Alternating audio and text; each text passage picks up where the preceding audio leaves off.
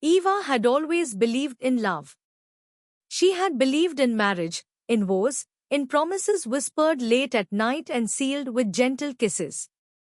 10 years of marriage, two beautiful children, countless memories, all built on what she thought was trust. But one ordinary Tuesday changed everything. It started with a message on her phone, the kind you never think you'll receive. A friend's trembling voice on the other end whispered words that made her heart stop. Eva.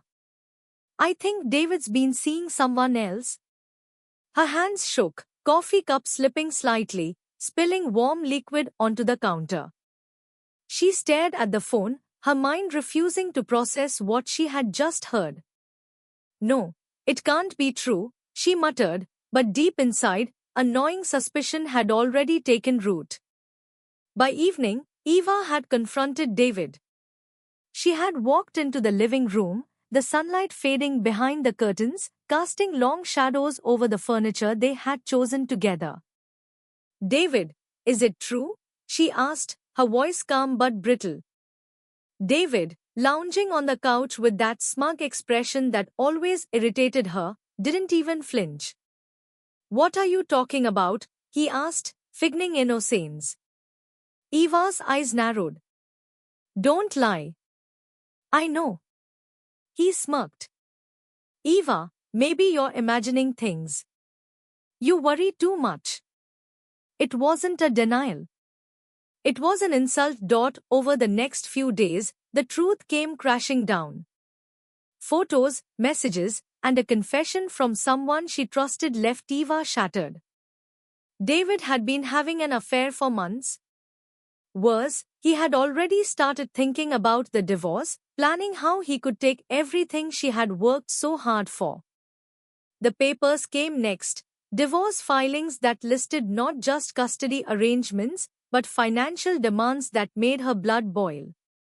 He wanted half of the house, half of the savings, alimony, and full access to the children's trust funds. You think I can just live off you? She whispered to herself, anger calling in her stomach. When David saw her reading the papers, he smiled, as if her shock amused him. Relax, Eva, he said, leaning back. Life's easy when I have half of everything you worked for. Eva looked at him, and for the first time in years, she didn't feel the warmth that used to linger in her chest. She felt cold. She felt the weight of betrayal, crushing and sharp. But beneath it, something else began to stir, a fire she had never known. That night, as David went out to celebrate with his new lover, Eva sat in the quiet house, plotting. She didn't yell. She didn't cry. She just thought. Carefully. Strategically. Every conversation, every document, every lie David had told was now a piece of the puzzle. I won't let him think he can live off me, she whispered into the darkness. He has no idea what's coming. Eva started small. She cleaned up her finances, ensuring her accounts were secure. She quietly consulted a lawyer, not just for divorce proceedings, but to explore ways to protect herself from David's greed. She even hired a private investigator, discreetly, to uncover everything David was hiding, the secret bank accounts, the borrowed money, the side businesses he never mentioned. While David strutted around like a man entitled to her life, Eva built her invisible arsenal. Every day, her anger sharpened into precision. Every betrayal became fuel for a plan that would shake his world, a plan he would never see coming. Her children noticed the change, too. Eva became quieter, stronger, unshakable. There were no fits of tears, no desperate pleas. There was only a calm determination that radiated from her. The world saw Eva as calm, composed, almost untouched by the storm that had shattered her life. But beneath that serene exterior, a mind as sharp as a blade was at work. The fire that had ignited in part one was no longer just anger. It was strategy, patience, and relentless focus. David, oblivious to the storm gathering behind the walls of their former home, continued his charade of superiority. He flaunted his new lifestyle on social media, boasting of dinners, gifts, and nights out. He laughed about how easy it would be to live off Eva's wealth. He didn't notice the careful steps she was taking, steps that would soon crumble his world. Eva started with research. She meticulously documented every financial move David had made, secret bank accounts, borrowed loans, undeclared assets. She hired a private investigator, a quiet professional named Simon, who began digging into David's activities. Within weeks, Eva had a dossier thick with proof, hidden properties, offshore accounts, undisclosed luxury purchases, and the truth about the friends he claimed to be close to. Every secret, every lie, every corner of his arrogance was exposed, at least on paper. But Eva didn't rush. She knew patience was key. Revenge, she reminded herself, was a game of precision. She started small. Anonymous calls to David's associates hinting at financial irregularities. Quietly alerting the authorities to minor breaches she had discovered. Planting seeds of doubt among his colleagues, friends, and even family. No one suspected Eva. She smiled at friends, laughed at gatherings, but her mind was always 3 steps ahead. Every casual word she spoke, every glance she gave, was calculated to seem harmless while subtly shifting the narrative in her favor. Meanwhile, David remained overconfident. He even bragged to friends about how Eva couldn't touch him. "She's harmless now," he said with a laugh. "She's broken. I've got this all figured out." Eva overheard this at a mutual friend's party. Instead of reacting, she simply nodded, smiled politely, and walked away. The seed of doubt had been planted, a seed David would never realize came from her. Then came the first moves in her legal strategy. Eva's lawyer worked on complex financial protections. Freezing accounts David might try to access. Establishing new entities for Eva's assets. Ensuring custody documents favored her children's stability. Eva also worked on her personal growth. She reconnected with old friends, networked with business professionals, and even attended workshops on negotiation and influence. Every skill she acquired strengthened her invisible arsenal. By the 3rd month, Eva was ready for more direct action. She began sending anonymous tips about David's fraudulent behavior to his business partners. A few suspicious investments, carefully documented, were enough to make whispers circulate. Questions were asked. Friends who once admired him began to doubt. David remained blind, laughing at imagined invincibility. The children noticed changes in their father too. Once carefree, David became irritable and defensive during visits. Eva, always calm, observed silently, recording incidents for future use if needed. Every slip, every mistake, every moment of arrogance fed her plan. Late at night, when the house was silent, Eva would sit by the window, sipping tea, thinking about the future. The quiet was deceptive. She was a storm in waiting. "You thought I was broken, David," she whispered to herself. "You thought I would let you live off me. You were wrong." So very wrong. David thought he was untouchable. Every phone call, every meeting, every night out reinforced his belief that Eva was powerless, a woman defeated by betrayal. He had no idea that, while he strutted around, Eva's hand was on the controls of a storm that would soon engulf him. It started with whispers. Small, seemingly insignificant doubts planted in the minds of those who once admired him. A few business partners received anonymous messages detailing discrepancies in his accounts.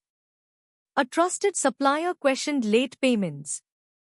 Friends noticed subtle inconsistencies in stories he had told for years. At first, David laughed. "It's nothing.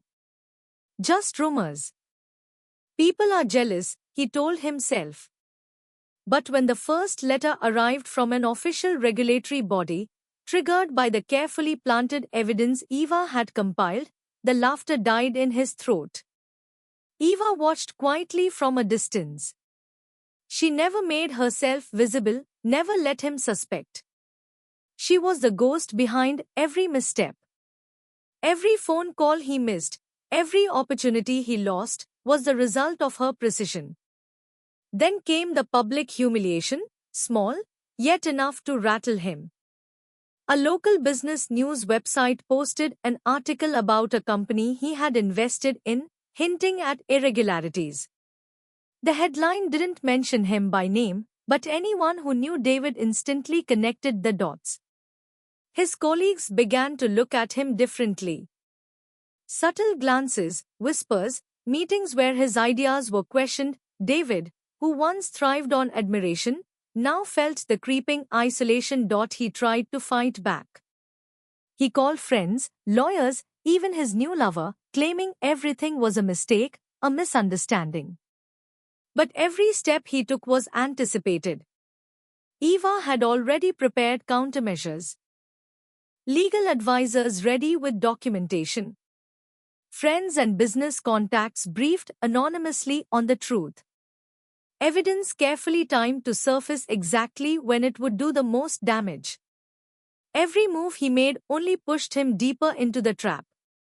David's arrogance began to crack. At a company dinner, he tried to charm investors, but his usual confidence faltered. A sudden question about finances, planted by Eva's anonymous tip, caught him off guard. The investors exchanged worried glances. David stumbled through answers that sounded rehearsed and hollow. Meanwhile, Eva's satisfaction was quiet but intense. She didn't gloat, didn't confront him, she let him unravel on his own. The first strike wasn't about humiliation, it was about showing him that no one can take what isn't rightfully theirs without consequence. Even his social life began to crumble. Friends distanced themselves, wary of the questions that seemed to follow David wherever he went. Invitations stopped coming. His confident smirk faded in the mirror. For the first time in years, David felt fear, the slow, creeping realization that his world, built on arrogance and betrayal, was fragile. Yet Eva wasn't done. Each small victory built momentum for the next. By the end of the first strike, David was shaken, disoriented, and questioning everything he thought he knew. Late at night, Eva sat at her desk, reviewing the evidence she had gathered, smiling softly. She was calm, methodical, and in complete control. "This is only the beginning, David," she whispered. "You thought I was broken. But the real damage is yet to come." David had always believed he was untouchable. But now, every carefully built illusion of control was crumbling around him. His phone rang constantly, some calls demanding explanations, others delivering uncomfortable truths. Invitations he once took for granted were withdrawn. Friends and colleagues who had admired him now whispered behind his back. It began with the board meeting. David, once the center of attention, entered the room with forced confidence. But the subtle shift in atmosphere was unmistakable. Investors questioned him aggressively. Colleagues glanced nervously, exchanging silent signals. Every answer he gave was met with doubt. The truth hit him like a lightning bolt. Someone had orchestrated this, someone who knew his secrets, his lies, his hidden finances, his indiscretions. And as panic began to gnaw at his composure, the horrifying realization dawned: Eva. She had been behind it all. Every rumor, every leak, every carefully timed legal maneuver. Every step he had taken to flaunt his superiority had been anticipated and neutralized. He had been dancing on strings, unaware that Eva was the puppeteer. David confronted her, seeking answers or perhaps the comfort of seeing her broken. But Eva was calm, serene, untouchable. "Eva, what have you done?" he demanded, voice trembling. She looked at him with cool detachment. "I protected myself, David. You thought you could live off me, control me, use me. You were wrong." His face twisted in disbelief. "But you can't, you've ruined me." Eva's lips curled in a faint smile, the kind that carried both satisfaction and finality. "I didn't ruin you. You ruined yourself. Your arrogance, your greed, your betrayal. I just showed the world what you already were." Then came the legal confirmation. The evidence she had quietly compiled and strategically released was now in the hands of authorities. David faced scrutiny he could no longer deflect. Assets he had assumed were untouchable were frozen. Friends who had supported him vanished, wary of guilt by association. Even his personal life became a minefield. Social circles he once dominated now saw him as deceitful and unreliable. Invitations disappeared. His image, carefully constructed over years, disintegrated overnight. David's downfall was complete, not because Eva sought vengeance for herself, but because she exposed the truth he had buried. Every lie, every betrayal, every misuse of trust, all laid bare. Eva watched quietly as he stumbled, defeated and humiliated. Yet amidst the satisfaction, she felt no joy. Revenge, she realized, was a double-edged sword. The fire she had used to fuel her plan had strengthened her, but it had also burned away a part of the simpler life she once desired. "You thought I was weak.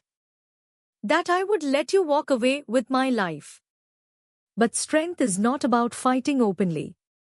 It's about knowing the right moment and waiting." David, once proud and unshakable, now faced the stark truth. Eva had orchestrated every step of his collapse, and there was no recovering from the careful, relentless brilliance she had wielded. As he left the courthouse that day, humiliated and beaten, he looked back at Eva, searching for anger, for malice. Instead, he found nothing but quiet strength. She didn't gloat. She didn't mock. She simply existed, untouchable, victorious, and free. Eva had won not just because she was clever, but because she had mastered the art of patience, strategy, and timing. Her revenge had shaken his world, completely and irreversibly. The courtroom doors closed behind David, leaving a hollow echo in the marble hall. He had been defeated, exposed, and humiliated. His arrogance, once unshakable, lay in ruins, scattered across every relationship, every investment, every claim of entitlement he had ever made. Eva stepped outside into the sunlight, breathing in freedom she had earned with patience, strategy, and relentless determination. The cool air filled her lungs, carrying with it the sense of closure she had longed for. No gloating, no celebration, only a quiet, deep satisfaction. She walked to her new apartment, a space she had chosen for herself, not dictated by memories or obligations. The walls were light, airy, and free from shadows of the past. For the first time in years, Eva was fully herself, independent, unafraid, untethered. Her children ran to greet her, laughter and joy filling the space where tension once lived. They didn't need explanations, they only needed the presence of their mother, strong and unwavering. Eva hugged them, feeling a surge of love and pride. They had survived the storm, and so had she. David, meanwhile, was left to face the consequences of his own choices. Friends had abandoned him, colleagues questioned his integrity, and legal complications had left his finances in disarray. He had underestimated Eva, assumed she was fragile, assumed she would crumble.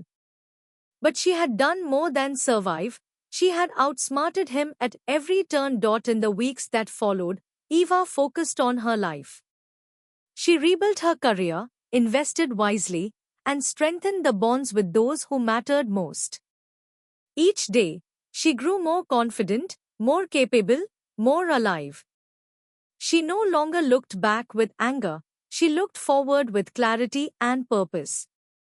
He thought he could live off me, she whispered to herself one morning, sipping her coffee by the window. But I lived for me. And that is a life he will never touch. Eva's triumph was complete, not because of destruction, but because of creation. She had reclaimed her life, her strength, and her dignity. The fire of revenge had burned hot and bright, yes, but it had also forged her into something stronger than she had ever been, unstoppable, resilient, and free. And somewhere far away, David realized that no one could live off someone else's life without paying the price, a lesson he would never forget.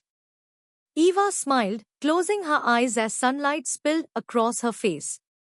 The past was behind her. The storm was over.